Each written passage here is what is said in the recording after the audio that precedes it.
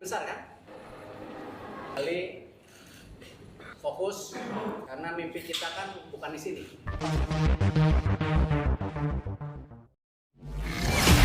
Pelatih Sintayong memainkan peran yang sangat penting dalam mempersiapkan timnas Indonesia U23 untuk pertandingan melawan Qatar U23 di Piala Asia U23 2024. Melalui ucapan-ucapannya, terutama yang disampaikan kepada para pemain seperti Rizky Ridho, tergambar jelas bahwa Sintayong tidak hanya fokus pada taktik dan strategi, tetapi juga pada aspek mental dan emosional dari permainan. Dalam pesannya, Sintayong menekankan pentingnya dukungan tim dan komunikasi antar pemain. Hal ini mencerminkan pemahaman mendalamnya akan kebutuhan akan kekompakan dan kerjasama dalam sebuah tim, terutama dalam situasi kompetisi tingkat internasional seperti Piala Asia U23. Rizky Ridho, sebagai salah satu pemain timnas Indonesia U23, dengan jelas menyampaikan dampak positif dari pesan-pesan tersebut. Ia mencatat bahwa atmosfer di tim sangat positif dan bahwa para pemain penuh antusiasme menjelang pertandingan. Ini menunjukkan bahwa pesan-pesan motivasi dari pelatih mereka telah berhasil meresap dan mempengaruhi suasana tim secara keseluruhan.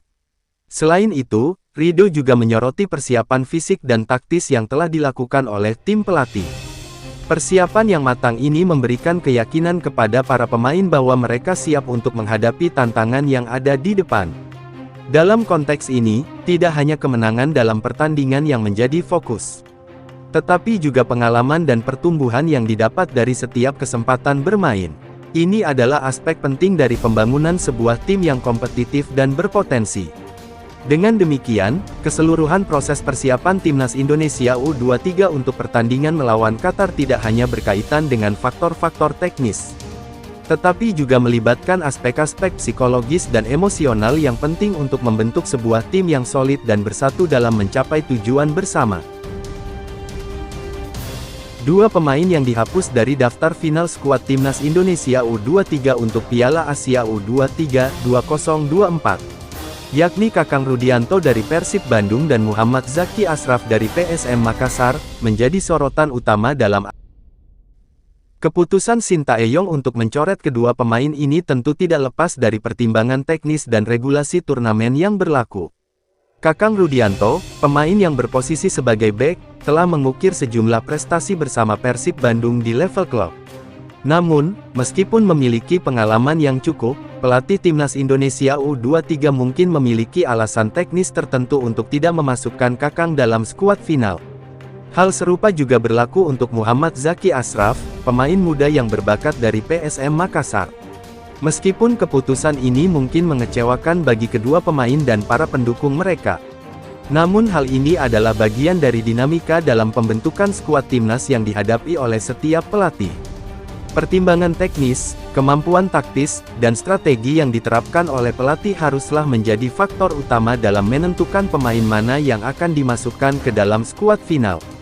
Manajer Timnas Indonesia U23, Henry Irawan, memberikan penjelasan bahwa meskipun Kakang dan Zaki tidak bisa bergabung dalam skuad final, tim telah melakukan persiapan matang untuk menghadapi laga perdana melawan Qatar U23. Apresiasi juga diberikan kepada klub-klub Liga 1 dan pemain dari luar negeri yang telah melepaskan pemain-pemainnya untuk bergabung dengan Timnas Indonesia U23. Regulasi turnamen membatasi jumlah pemain yang dapat didaftarkan dalam skuad, sehingga tidak semua pemain dapat dimasukkan. Meskipun demikian, harapan tetap tinggi bahwa Timnas Indonesia U23 dapat meraih prestasi terbaik dalam Piala Asia U23 2024. Distribusi pemain dalam skuad menunjukkan Persija Jakarta sebagai klub penyumbang terbanyak dengan 5 pemain. Diikuti oleh Borneo FC dengan 4 pemain. Targetnya jelas, melaju ke babak 8 besar turnamen ini. Meskipun Kakang Rudianto dan Muhammad Zaki Ashraf tidak dapat bergabung dalam perjalanan ini, semoga keputusan ini memberikan peluang bagi mereka untuk terus berkembang dan berkontribusi di level yang lebih tinggi di masa depan. Pengalaman Sintayong dengan timnas Indonesia menjadi bukti nyata bahwa PSSI tidak seharusnya sering-sering mengganti pelatih. Kesuksesan yang diraih oleh Sintayong menunjukkan bahwa memberikan waktu yang cukup bagi seorang pelatih untuk mengelola tim dapat menghasilkan perkembangan yang signifikan. Sejak ditangani oleh Sintayong, timnas Indonesia, yang dikenal dengan julukan Garuda, telah menunjukkan kemajuan yang pesat. Salah satu indikator yang menggambarkan kemajuan tersebut adalah peringkat FIFA. Sebelum kehadiran Sintayong pada awal 2020, timnas Indonesia berada di peringkat 173 dalam ranking FIFA. Namun, pada bulan April tahun 2024, posisi Garuda telah naik menjadi peringkat 134 dunia. Meskipun Sintayong belum berhasil meraih gelar apapun untuk timnas Indonesia, namun kontribusinya dalam mengembangkan permainan dan kualitas tim tidak dapat dipandang sebelah mata. Di bawah arahannya, timnas Indonesia berhasil mencatat sejumlah prestasi yang mengesankan. Mulai dari kembali ke ajang Piala Asia setelah 15 tahun absen, hingga mencapai fase gugur di Piala Asia 2023 untuk pertama kalinya dalam sejarah. Prestasi terbaru timnas Indonesia adalah kemenangan atas Vietnam pada Maret tahun 2024, yang membuat mereka semakin mendekati babak ketiga kualifikasi Piala Dunia 2026. Semua pencapaian ini menjadi mungkin berkat kepercayaan penuh yang diberikan oleh PSSI kepada Sintayong. Dalam kurun waktu sekitar 4 tahun, Sintayong telah berhasil memberikan dampak yang positif bagi timnas Indonesia. Keberhasilan Sintayong juga menjadi perhatian Bambang Pamungkas, legenda Persija Jakarta, yang pernah bermain untuk timnas Indonesia selama 13 tahun. Bambang mengakui bahwa selama masa baktinya, ia dilatih oleh 11 pelatih yang berbeda, yang menunjukkan tingkat rotasi pelatih yang tinggi dalam timnas. Menurutnya, era Sintayong adalah langkah yang tepat karena memberikan stabilitas dan kesempatan bagi seorang pelatih untuk mengembangkan tim. Berdasarkan pengalaman Bambang Pamungkas, PSSI diharapkan untuk mengubah paradigma dalam menilai keberhasilan seorang pelatih. Sebuah kontrak jangka panjang dan penilaian yang berfokus pada progres yang dibuat oleh pelatih, bukan hanya pada pencapaian gelar juara, merupakan langkah yang lebih bijak. Dengan demikian, pelatih yang memiliki potensi dan memberikan progres yang baik harus diberikan kesempatan untuk memimpin tim dalam jangka waktu yang lebih panjang. Pratama Arhan, seorang bek andalan timnas Indonesia U23, dengan penuh semangat dan keyakinan, melontarkan janjinya menjelang pertandingan melawan timnas Qatar U23 dalam laga pembuka Piala Asia U23 2024. Dalam sebuah pernyataan yang penuh semangat, Arhan menegaskan bahwa timnas Indonesia U23 tidak akan gentar menghadapi tantangan dan siap untuk memberikan kejutan kepada tuan rumah, timnas Qatar U23. Perjalanan timnas Indonesia U23 di Piala Asia U23 2024 akan dimulai dengan pertandingan melawan Qatar dalam laga pembuka Grup A. Pertandingan ini dijadwalkan berlangsung di Jassim bin Hamad Stadium, Doha, pada Senin tanggal 15 April tahun 2024 pukul 22.30 waktu Indonesia Barat. Sebelumnya, para pemain telah menjalani pemusatan latihan intensif selama 10 hari di Dubai, Uni Emirat Arab, dengan menyelesaikan 2 laga uji coba melawan Arab Saudi dan Uni Emirat Arab. Meskipun hasil uji coba tidak selalu memuaskan, Arhan meyakinkan bahwa persiapan tim telah berjalan dengan baik. Dia mengungkapkan bahwa semua pemain telah menunjukkan komitmen dan disiplin yang tinggi dalam mengikuti instruksi dari pelatih. Dengan keyakinan penuh, Arhan memastikan bahwa timnas Indonesia U23 akan tampil lebih kuat dan siap memberikan kejutan di laga pembuka melawan Qatar. Arhan bukanlah pemain baru di dunia sepak bola. Sebagai salah satu pemain timnas Indonesia di level senior yang telah merasakan panggung Piala Asia pada tahun sebelumnya, dia membawa pengalaman berharga dan pengetahuan taktis yang dapat menjadi aset berharga bagi timnya. Bersama dengan para pemain senior lainnya seperti Marcelino Ferdinand, Witan Sulaiman, Ivar Jenner, dan Rizky Ridho, Arhan bertekad untuk memotivasi dan memberi inspirasi kepada rekan-rekannya yang lebih muda dalam tim. Mereka menggunakan pengalaman mereka untuk membentuk semangat juang dan solidaritas di dalam tim.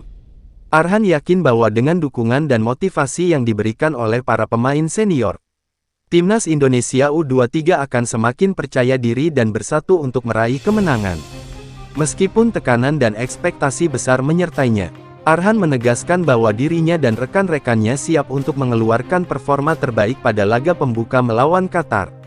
Dengan semangat yang berkobar dan tekad yang kuat, Timnas Indonesia U23 bertekad untuk menampilkan permainan yang menawan dan meraih hasil yang memuaskan. Ucapan Arhan bukan hanya sekadar janji, tapi juga merupakan suatu jaminan bagi para penggemar sepak bola Indonesia bahwa Garuda Muda akan memberikan pertandingan yang bersemangat, penuh semangat, dan penuh semangat dalam upaya meraih hasil positif di turnamen ini. Dengan semangat dan tekad yang tinggi, Timnas Indonesia U23 dipimpin oleh Arhan, siap untuk mengejutkan dunia sepak bola dengan penampilan mereka yang memukau di Piala Asia U23 2024. Rizky Ridho dengan tegas menyatakan keinginannya untuk membawa Timnas Indonesia U23 lolos ke Olimpiade Paris 2024. Dengan penuh semangat, ia berharap agar skuad Garuda Muda dapat bekerja keras dalam Piala Asia U23 2024 untuk mencapai target tersebut. Menurut Rizky Ridho, seluruh elemen dalam Timnas Indonesia U23 sudah sepakat dengan target tersebut, sehingga timnya akan berjuang keras untuk mewujudkannya meskipun tugas tersebut tidaklah mudah. Skuad Garuda Muda, julukan untuk Timnas Indonesia U23, tergabung di grup A Piala Asia U23 bersama dengan Qatar, Yordania, dan Australia. Kompetisi tersebut berlangsung dari tanggal 15 April hingga tanggal 3 Mei tahun 2024. Mengingat bahwa jika Timnas Indonesia U23 berhasil lolos ke semifinal, maka akan ada kesempatan untuk tampil dalam Olimpiade 2024, Rizky Ridho menyadari pentingnya mencapai hasil yang maksimal. Untuk memuluskan langkah tersebut, timnya setidaknya harus menjadi juara 3 agar otomatis mendapatkan slot untuk tampil pada Olimpiade 2024. Rizky Ridho menyatakan bahwa target untuk lolos ke Olimpiade Paris adalah harapan bersama dari PSSI, pelatih kepala, dan seluruh anggota tim.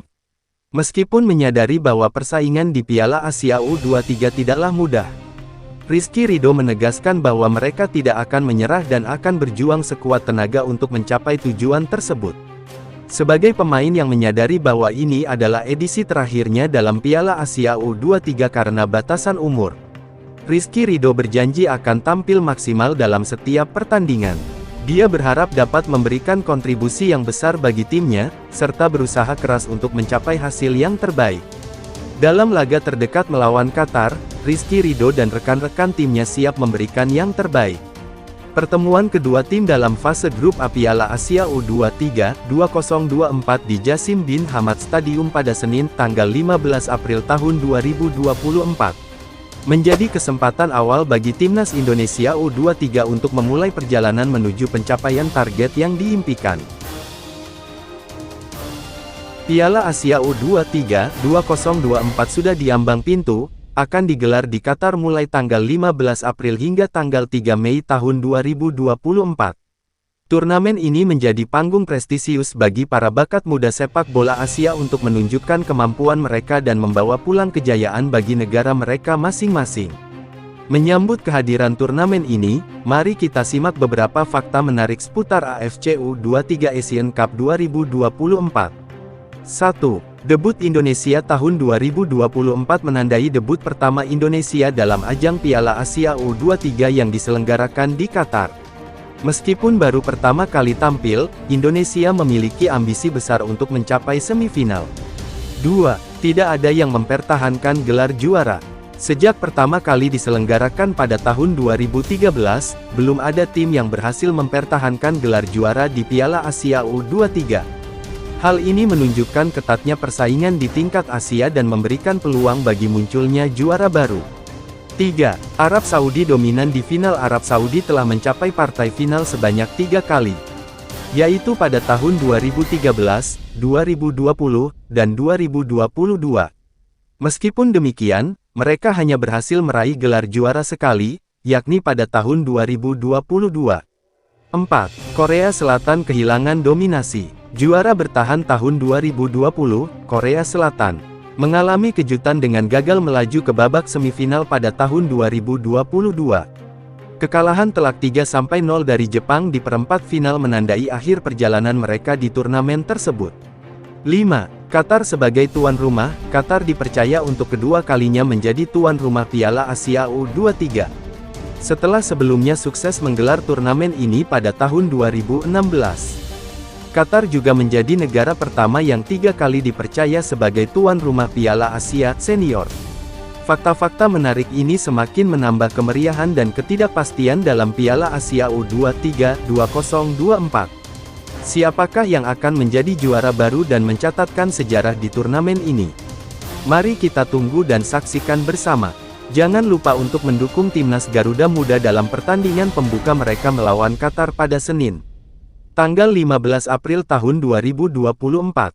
Akses live streamingnya melalui link yang tersedia. Bersama-sama, mari kita berikan dukungan penuh kepada timnas Indonesia untuk meraih prestasi terbaik di Piala Asia U23.